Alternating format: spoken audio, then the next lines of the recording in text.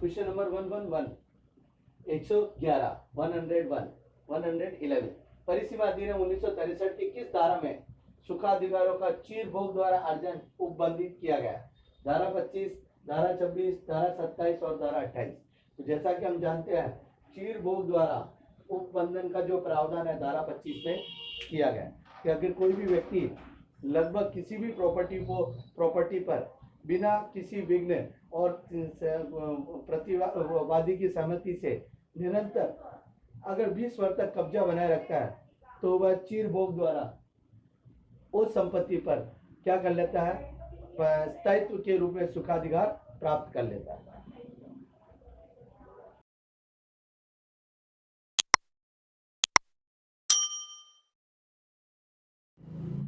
धारा 112 परिसीमा अधिनियम के अंतर्गत एक डिग्री या आदेश के विरुद्ध उच्च न्यायालय में अपील करने की समय सीमा क्या है? डिग्री या आदेश के विरुद्ध है और उच्च न्यायालय में अपील करने के संबंध में जो प्रावधान है वह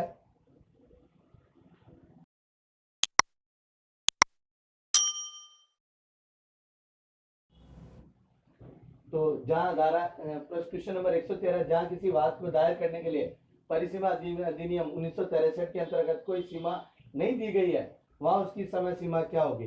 तो जैसा कि हम सब जानते हैं अगर किसी भी वाद के संबंध में किसी भी विषय के संबंध में अगर कोई लिमिटेशन प्रेस्क्राइब नहीं करी की लिमिटेशन एक्ट में तो उस मामले में लिमिटेशन 3 वर्ष होगी।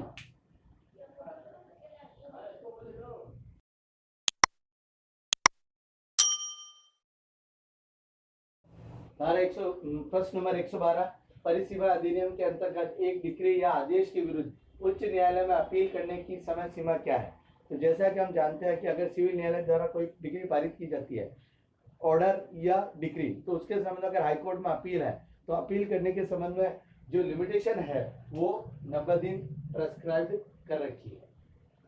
तो हमारा आंसर हो जाएगा 2 90 दिन।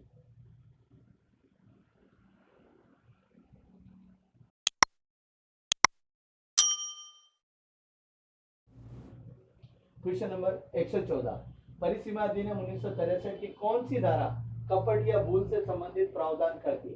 तो जैसा कि हम जानते हैं कि लिमिटेशन एक्ट में जो धारा नंबर 17 है वो कपट या भूल के बारे में प्रावधान करती है।